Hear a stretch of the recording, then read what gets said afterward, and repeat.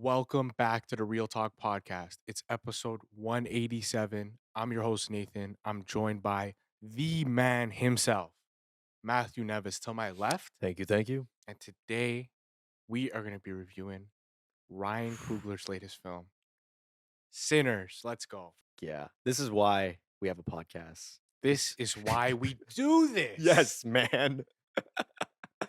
Yeah, I'm glad this movie exists and we're reviewing it on this podcast right now. Hell Nathan, yeah, man. This is why we do it for real. There's nothing more exciting than leaving the theater after seeing a film that gets you really excited and looking forward to getting on the pod to talk about it more. yeah. This is one of those movies, and it happens a handful of times a year. Honestly, yeah, because the reality is not every film is 10 out of 10. Right. Not every film we talk about is going to be the most interesting thing to talk about. And this is one of those times where I'm just like, after leaving the theater, I was so hyped to talk about it. First off, I saw this in 70 millimeter IMAX. This was my first time.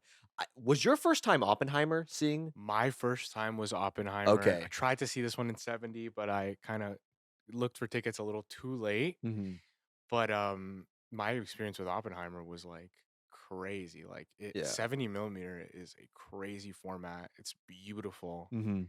And we're just lucky that we have a theater next to us that does, because Yeah. apparently there's like 10 in North America or something. Yeah, there's nothing, especially within Canada. I think it's even less than the Yeah. States. Hmm. But yeah, the theaters we went to, you saw Oppenheimer in 70. I got to see Sinners in 70 millimeter IMAX. They gave me the film reel. I understand like lighting wise, you can't see it, but Nathan, We'll add a picture. Yeah. we'll add a picture there. It was just amazing. You got to see the whole thing, big screen and everything. The colors were so vibrant. You saw that film grain, man. You saw everything, Yeah. and I'm like, ooh, man. I'm just glad Ryan Coogler was able to make it in this format and was able to make this story, with a budget this big. This is the first time Ryan Coogler is making Yeah. a completely original film. Mhm. Uh, like writing and directing an original film that's not tied to an existing IP. Yeah. Obviously, he did Creed, which we love. Yes, Creed was He amazing. did Black Panther, which is one of the best MCU movies. Absolutely. There's no doubt about it. No, it stood out from so many because as it goes on, MCU films, there's so many, but his was so distinct, so stylistic. Yeah. So it was cool to see Ryan Coogler finally get the opportunity to do something like this. Mhm. And boy, did he knock it out of the park. Yeah. It's time to have the Ryan Coogler conversation, because I'd argue he has pretty much three banger films Mhm. and hasn't made a terrible one. Nope. He's what is he, like 38, 40 years old? I am mentioning that because of the fact that he has accomplished so much within his career as a director. I think he's more impressive of what he's done at his age now Yeah. than Nolan and Cameron. Yeah. I'm gonna be honest. Like the more I think about it, like he has his own superhero trilogy lineup that has his own style to it. It stands out from the others. He also has Creed. He also had Fruitvale Station, his feature Yeah. debut based on that event that happened, and that That's right. also started his Michael B. Jordan collaboration. Which, by the way, they're both great working together. And also the composer Ludwig Göransson being like an old friend of his. What are the odds that one of your closest friends is also one of the best film composers working a day? Come on, guys. Come on. Ryan Coogler, I think, especially after this movie, Eh, will be able to assemble the Avengers every time he wants to make a movie. It Yeah. will be like Christopher Nolan, where Yep. you're like, everybody is in the Odyssey. Yep. Exactly. I think that's going to be Ryan Coogler for the rest of his career, and he Yep. already has that. Yep. And Michael B. Jordan, safe to say, top 10 biggest actors in the world. Absolutely. Absolutely. Without Ryan Coogler, Yeah. he's definitely not. No, like I think he had the charisma still because you can see that in a lot of films, but Michael B. Jordan's been in some rough ones. I'm not gonna say like Fantastic Four and shit. For So sure. But as far as, gave Michael B. Jordan his first leading role in Yep. Fruitvale Station, Yes. and obviously worked with him in some of his biggest roles that really made him a breakout star, like Black Panther, Yeah. like Creed, Yeah. right? So I think Ryan Coogler and Michael B. Jordan is kind of turning into like De Scorsese De Niro? Niro or Yeah. Scorsese DiCaprio Scorsese situation. DiCap I agree. And this is a collaboration that I hope we see 10 plus movies of, Yeah. like these collaborations I'm talking about, Oh, yeah. because these 2 just understand each other and I think bring out the best in each other. Mhm. Absolutely. Just overall praise from Ryan Coogler because of the fact that Sinners really shows all of his strengths on the big screen. Yeah, like, you wonder, you're like, "Okay, so this is the first time he's making a fully original movie that's Yeah. not based on a true story or have an IP attached to it." So he always had that crutch, sort of. Yeah. So you're like, "How's he gonna do?" And really, my takeaway was like, "Oh, man, maybe being tied to those IPs and having to work within them was Mhm. holding him back from Yeah. how good of a filmmaker he really is." Mhm. Right? I agree. It It's was crazy. you really see his style here, and he has something to say with it. Yeah. It's incredible. I think it puts him on another level. I think it puts Michael B. Jordan on another level. Yes. It was a really refreshing role to see this from him. Mhm. I think, like, the whole cast The whole cast. is so good in this movie, and I think it's because of the fact that Ryan Coogler understands because he wrote the script as well.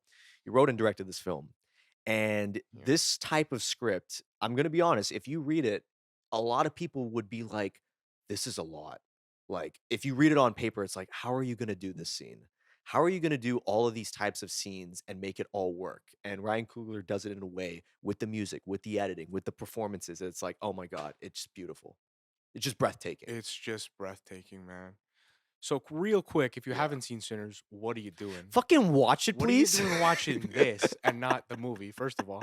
But, the movie essentially follows 2 twin brothers, Mhm. Smoke and Stack, played by Michael B. Jordan and Michael C. Jordan, ba-doom-tsh, Hell yeah. who return to their hometown to open a juke joint, but supernatural forces drawn by their cousin Sammy's, uh, otherworldly music Mhm. threaten their community. Yeah. So the film brings the idea of like blues music Yeah. being able to speak to the dead in a way Yeah. and transcend time, Mhm. which I think was really cool. Very creative in within the vampire mythology, you know? Yeah, This is, to me, one of the most unique takes on vampire lore, so good. while still having Coogler's style and themes and and, like, Yeah. message, you Yeah, know? using vampire lore to like to It's taking hammer the message like Yeah, it's taking your soul, you know, yeah. because I've seen movies where vampires are metaphors for various things like insecurity, Right. sexuality, and stuff like that. Not to say this movie doesn't explore sexuality in that manner, but it's more the root of your culture, the root of who you are and why you express yourself and your soul and your freedom and whatnot. And I was like, damn, that is fucking hard to illustrate, especially in this day and age where a lot of films are too scared to explore those themes. This one doesn't shy away from it. It shows you right in your fucking face, and I Yeah. feel like the first half really establishes that, hence why the second half kind of explores more of the, how you say, Tarantino violence, Yeah, sure. which I'm completely fine with Sure. because of the fact that you set up these characters in a beautiful way and you understand their motives, you understand how they feel, you know? Yeah. I loved the first half of this film Oh, where there same. was no vampires Yep. in sight. And like the way they set it up so well that I would have been okay with a story about how they open the juke Yeah. joint and get I'm into gonna be some honest. trouble and then get out of it. Yeah. I'm Right? gonna be I'm with you The there. setup was that good. Mhm. So if your take is like, "Oh, they took too long to get to the vampire," like, no, appreciate Yeah. what this film, the way this film was set up, how lived in this world looked. Mhm. The money is on the screen Oh, yeah. in this movie in a Mhm. big way. The sets are so real. Yeah. They're full of background actors, like full. It Mhm. looks so real, Yeah. and the attention to detail is really, really there. Like I believed in this world immediately. Yeah, and it's not just, like, the beautiful production design and costumes and whatnot, it's also the fact that Ryan Coogler cast so many fucking people in this movie Holy that it could have been the most confusing, like, "Oh, who's this? Who's that?" But no, he has a scene for everyone, and everyone has their moment. What a job of juggling these characters, which could have been a convoluted mess Yes. that we get, that we don't, like, we don't have any attachment to them. Mhm. Yeah. Here's a comparison, The Alto Knights. In The Alto Knights, Robert De Niro plays Oh, 2 characters. fucking hell, man. That's how you don't do it. Nope. That was a terrible way of doing it. Yeah. How about in this movie, all they have is different hats, Yep. and they're still distinct, Yep. believable Mhm. at all times. Yeah. This is the way you do one actor playing two characters. To me, it worked really well. Uh, Mhm. you want to talk about casting as well? Yep. How about Miles Caton, who First role. who is the protagonist of this film Yeah. and is his first role ever on screen? Yeah. And he is acting with Michael B. Jordan and the rest of these veterans in this cast, Yeah. acting his ass off. Truly amazing. I give so much credit to Ryan Coogler because he could have just made it like Michael B. Jordan's story and not have Miles's character at all. Yeah. But he's like, you know what? I'm gonna cast someone who has not been in any films, doesn't know how to play banjo. He learned it in 3 months, by the way. Wow. He learned that in 3 months, and is like, yeah, I'm gonna have him be the centerfold of the movie. He is the reason why this story is happening. Yeah. And he put so much trust into the actor Miles Caton, and well deserved, because Yeah. he, in my opinion, is one of those younger actors that's going to be in so many fucking movies now because Oh of how yeah. good he was in this. Oh yeah. There's no doubt that his future is bright. Another reason I compared it to Alto Knights is because what you said about how there's so many characters in this Oh movie, yeah. but there's moments for all of them. And in Mhm. Alto Knights, there was moments for none of them. Nothing. They were just standing around. Yeah. So this movie does it right, and the supporting roles are some of my absolute favorites here. Mhm. Delroy Lindo, who plays Fucking Delta Slim, the old blues singer. yeah, man. What a performance! Like He's you so good. understood this man Yeah. fundamentally immediately when you Mhm. see him at the train station. You're like, Yeah. he's had a rough life. Mhm. He's like the music's the only reason he's still alive. Yeah, and like, his character is an alcoholic and stuff, but they don't, like, I don't know why, but a lot of movies that delve into that, they're like, "Oh, okay, he's gonna drink every single time," but no, he tells a story. Yeah, It's like, "Yeah, we went to these places and stuff, white people paid more and stuff." It's like, "Oh, what'd you use with the money?" I was like, "I drank it all," drank it all. and Yeah. he's fine with that. I'm like, "Fuck," and little performances like that, he was definitely one of the fucking highlights, for sure. Oh, he's so good. I want to shout out some more of these supporting characters because Omar Benson Miller as Cornbread, Oh, fuck yeah, man. Fuck yeah. great role. He's a legendary actor too. Seen him in Yeah. so much stuff before. Obviously, he's a big in Ballers. Mhm. He's a Oh, fuck yeah. yeah. I've never seen Ballers. Ballers is a great show. That's like probably The Rock's best performance ever in that Okay, oh, in, yeah. in that show. He's a supporting character in 8 Mile as Mm. well. Oh, yeah, So he's been around. He's been around for as a he character actor for a while. yeah, he's a great character actor, great Mhm, in this too, like, mhm. such an incredible casting, I think, from Ryan Coogler. Everybody though, the love interests, both of them Yeah, have their moments. yeah. You understand both of their relationships, even though they're drastically different. Yes. Yeah. And also the fact that, like, we talked about the movie Challengers and how it deals with, like, sexuality and the way it's shot. This movie does it so beautifully and so, like, stylistically that I'm just like, "Fuck, man, why can't more movies do this, man?" Yeah. Like, it really does show that, because like, at the end of the day, what Ryan Coogler made was his own story. He directed and written it. It's R-rated. This movie really showcases that, and I really give credit there because a lot of directors, a lot of studios shy away from that shit. It was Yeah. like, well, our audience, they know Michael B. Jordan in like Creed Right. and Avengers. It's like fuck that. Like, let's be fucking real with ourselves. This is an intense vampire movie. Yeah. Vampires lust on people. Yeah. Yeah, you're gonna see some people fucking. I'm sorry, but Yeah, for like, sure. grow up. You're watching a movie like this. Yeah, of course. There's You always know, like a sexual like attachment to like vampires. right? So you have to kind of explore that in this, right? Exactly. And it's done in such a cool way. Right? But it is rated R, you're right, Yeah. but not as a crutch of like No. we need lots of blood and sex No. and action. Mm-mm. It's used sparingly, Yep. very sparingly, but when Mhm. it is used, like when they're sucking somebody's blood, Oh, yeah. it looks crazy. The When they violence, yeah. yeah, it looks insane. And that's why this movie works. Mhm. It has a Jaws vibe to it. I think you said that Yeah, in your Jaws meets From Dusk Till Dawn. I think love that. I think it's a more refined version of From Dusk Till Dawn, because I like that movie, Yeah. but in terms of it changing genres, I always got it like, this feels sloppy but fun.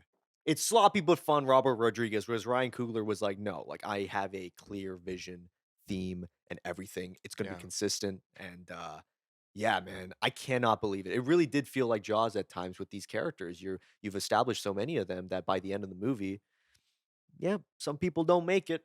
a lot of A people lot of don't, people don't fucking make it. and they all kinda hurt, Yeah, like, it's very blunt. yeah, man. They don't Like do any hero the shots. old blues player when he just, like, Uh, opens up, I'm like he's like, yeah, "Oh, man. man." Mhm. This is when you set up a character, You you feel it. feel it. Mhm. I felt real emotion in this movie. My eyes swelled up a few times, and Yeah. I was not expecting to. Mhm. Mostly just because of the beautiful filmmaking, Oh, yeah, honestly. same. I was like, "Damn, I'm kinda Like feeling my" the yeah. sequence where the music starts playing in the juke joint, the Mhm. night is fully kicked off. Everyone's having a great time, Yeah. and they get into that idea where music transcends Oh, time, dude. and you get this beautiful, like one of the most beautiful sequences I've seen Yeah. in years, Mhm. about about everybody dancing, and Yeah. then you see people from different time eras. So Eras, like they're yeah. dressing like they're from the 90s or the Mhm. 80s or the 70s, and they're all kind of here in the Yeah. 1930s dancing. Mhm. That's one of the most beautiful sequences I've ever seen. Yep. That And one got me the most and emotional. on paper, when you hear that, Dude. it's like, oh, you're gonna just like bring like people from the night. It's like Yeah. sounds like a bad idea. Like, if I pitched that to a studio, Nathan, I was like, It'd be a hard "Listen, sell. listen here, guys, all right? We're gonna have, like, 90s rap, all right? But we're also gonna get, like, tribes and stuff like that." They're gonna look at me like, "Never get the fuck out of here. What the fuck are you doing?" But, like, you knew that Ryan Coogler, when he was, like, illustrating this, when he was blocking this and stuff, it's all a wonder, by the way. I'm like, "Oh my fucking god. Wow. Wow." It's not even just like you can feel that passion because of the fact that that's what film is. You watch a film from the '40s, you can watch it now and still relate to a lot of these themes, a lot of these like emotions that the characters go through. You can feel that from a movie that came out 100 years ago to now. Yeah. That's the beauty of art. That's the beauty of music. That's the beauty of any type of media form that we are so associated with. And that's kind of what Kugler's trying to do, but within culture, within the soul. And it's centered around Miles's character. He's the youngest actor, he's the youngest character in the movie, and he's speaking to the generations. Yeah. And then it cuts back and like it's the flames, it's all burned and stuff, and they're still playing. And just from the distance is the soul stealers. What a beautiful sequence. And done in a wonder is So insane what the too. fuck? It's like it's up there, eh? Like Yeah. this is a shot that I think is going to be referenced a ton. Yeah. It's a shot that you don't forget. They don't spell out themes, they don't spell out messages, it's literally just the way it is, and that's what film should be, Mhm. is how you interpret it, and the way it's interpreted is so beautiful. That's the fucking highlight for me, is that scene. That whole Oh, scene, man. it's one of the best scenes I've seen in Ooh. years. Seriously. Yeah. What about cons of this film? Like, what are your problems with it, if any? I do have some issues. The sad reality is the first Mm. half is so fucking good that the second half, despite being a cool action, blood, no holds bar or whatever, it doesn't hold up to the first half. And I'm still mixed on the post-credit scene. I'm still mixed on it. I know a lot of people are indifferent. The reason why I'm a little mixed on it is because at the end of the movie, Mhm. after that whole fucking ordeal with the vampires and stuff, they managed to run away. Miles does, at least, and then it cuts to 50 odd years later, or 60, when he's Yeah. like an older man. He's very, very old. He's still playing blues, and he's just at a place. And that scene to me would have been perfect on its own. You end it right there because it's the fact that he was able to escape that tragedy Yeah. and make his art. A lot of Exactly. a lot of people around that era of the '30s, if you were a black person, had that exact same emotion, just the Yeah. metaphor being vampires. Especially juxtaposed to the scene we get previously, which is him back in his father's church Mhm. and not knowing if he lets go of that guitar or not. Yeah. Yeah. So that That's juxtaposed to this scene where it's like he's old, he's still found a way to do his art, and that's Mhm. probably what's keeping him sane after what he Exactly. experienced. Exactly. And that's such a beautiful way to end it. If you just ended it like that, him playing his last song before he retires, credits roll, I would have been completely fine. completely emotional, Yeah. heartbroken, but it still keeps going. It still keeps going, and it's because you get to see, Michael B. Jordan's other half twin, who becomes a vampire with, Haley Steinfeld, and they're Yeah. kinda like, "Oh, we're still vampires and stuff." Like, I know what he's going for. It feels very like, "We're gonna continue this," but Mhm. I don't want it to. I feel like this is just such a beautiful one-off film for Coogler. I just want him to do different stories, you know? Like, sure, you could do a Bonnie and Clyde vampire film with them, but, You like, think that's really what yeah, you think that's the door they were trying to open up, eh, is like Sinners 2 or I don't know. The reason why I'm thinking that, and this could be just, like, in a weird speculation, but Coogler had a really good deal on this film, where after 25 years, he fully owns the movie from Warner Brothers. He had a one-day gross percentage as well. He had a really good solid deal that most directors don't get anymore unless you're a Nolan, unless you're a Tarantino. Right. So, I'm wondering if he looked at that and was like, "Okay, I'll do a post-credit. I'll see if I wanna do more of these." Fair. If. Fair. I mean, the money might be there if he wants to. Oh, This yeah. film had a $90 million budget. I think it's already at 121 million worldwide, at least, It's if not second f more. yeah, it's second Friday opening, I just checked on Box Office Mojo. It dropped 30%. That is one of the lowest Friday drops you'll ever Right. see. Because the word of mouth is carrying this film. Yeah, I'm seeing it all over Instagram, all over TikTok. mhm. Pe- uh, People It's are beautiful. people are talking about post credits like it's the fucking MCU again. Yeah, like, that's the thing, though, is, like, is it because of the fact that this movie is so big and Coogler was like, "Look, I have to add a post-credit scene," or if he wanted to because it's just force of habit after the fucking Black Panther movies, man. Look, Force I'm of sorry, habit but is Black great. Panther: Wakanda Forever, like, I don't fucking remember that movie. I'm Yeah. sorry, that's his worst film by default. Yeah. How did you feel about the post-credit scene? Did you feel the same way, or were you like, "You know what? Fuck yeah." I liked it. I liked it. I didn't really need to see the 90s version and Michael B. No. Jordan dressed as Biggie. No. I didn't really need to see him in the Cool G sweater, but I was okay with it. I like that they showed him like I like that they showed him old playing music. Yeah. That was my That thing. I'm was like, for this is me, clever. yes. This is emotional. Mhm. And the actor they used to show that gave a really good subtle performance. Yes. Like he looked like a guy who'd been through some shit, Mhm. but was also like happy to be there and Yeah. like humble and kind. Like I don't know, he gave a really nuanced performance. Very sweet. It was very sweet and I like that. I just don't think I needed to see them, but knowing the backstory that you just told me, Mhm. Ryan Coogler, get your fucking money up, bro. I don't care, bro. Everybody else is doing it. Like, open it up, bro. I don't care, man. Good for No, you. no, I remember an interview of somebody being like, "Can you believe that they gave you this deal?" And Coogler was like, "My movies have gotten Oscar noms. I've Right. made a fucking billion-dollar movie." Right. Yeah, Yeah, fucking I've been trusted with massive with the they gave me the keys to massive IPs and I yeah. delivered. Mhm. He's doing better than most directors his age. Let's be honest. Oh I'm yeah. talking to Ari Aster, Robert Eggers, Jordan Peele, like all these directors that are like in their 30s and 40s. Coogler's doing better than them financially and critically. Yeah. So, yeah, he should be getting deals like this and he should be making more movies and stories like this because this is how this is his creative control, man. Like I honestly believe like after Creed, after Black Panther, like he could just be making whatever Yeah. with no studio interference. How the like there's no studio interference with this. This is all him. It's Yeah. beautiful. It really is like this amazing outlook of like what we're probably going to see from other directors. You know, they're going to be like, "Oh man, I really want to make this film," and the studio's like, "No, you can't do that." It's like, "Well, Coogler had this deal. Well, Right. Coogler had this deal. Why the fuck can't I?" And stuff like that. And then that's going to be the Yeah, you're domino right. effect. As important as this movie is, like just as a cultural moment that I think it's becoming, I think behind the scenes, what you're talking, the politics about it Hmm.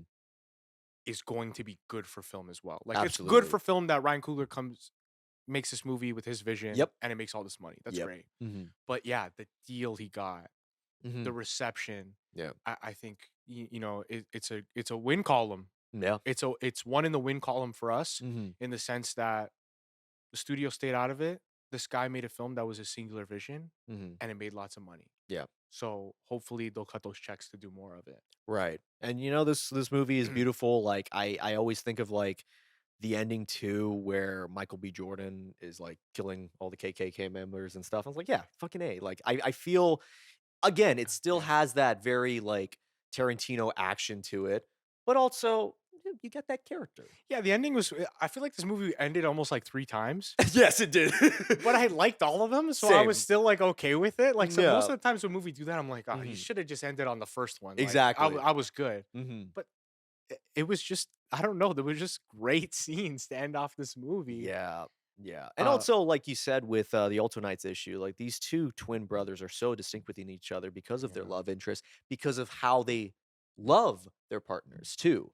You Yeah. see the differences, you see one's aggression. They're both aggressive, by the way. I don't think, like, one is purely good or purely bad. They never excuse that. Like, even the one that, like, doesn't turn into a vampire, he, like, fucking pistol whips, like, Right. his cousin, man. I'm like, Yeah. "Fuck, man." Like, these people, like yeah, when shit hits the fan But you were right, that's how you do that. That's clever writing. Is yeah, like y to make a distinction between these 2 characters, show how they interact with yeah, their love interests. exactly.